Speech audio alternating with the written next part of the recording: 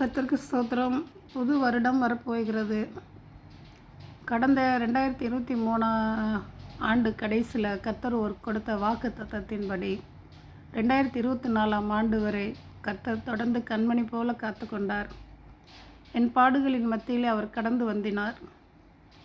அவரோட நாமத்தை மகிமைப்படுத்தும்படி என் காலங்களை அவர் உருவாக்கினார். என் நாட்கள் அவருடைய கரத்தில் இருந்தது, இப்பொழுதும் இருக்கிறது. நான் அவரில் மகிழ்ந்திருக்கிறேன். அவர் என்னிலே நிலைத்திருக்கிறார். நான் அவருடைய பிள்ளையாக வாழ விரும்புகிறேன். அவர் என் வாழ்வில் உண்டான எல்லா தடைகளையும் நீக்கி போட்டார். என் வியாதி படுக்கையை மாற்றி போட்டார்.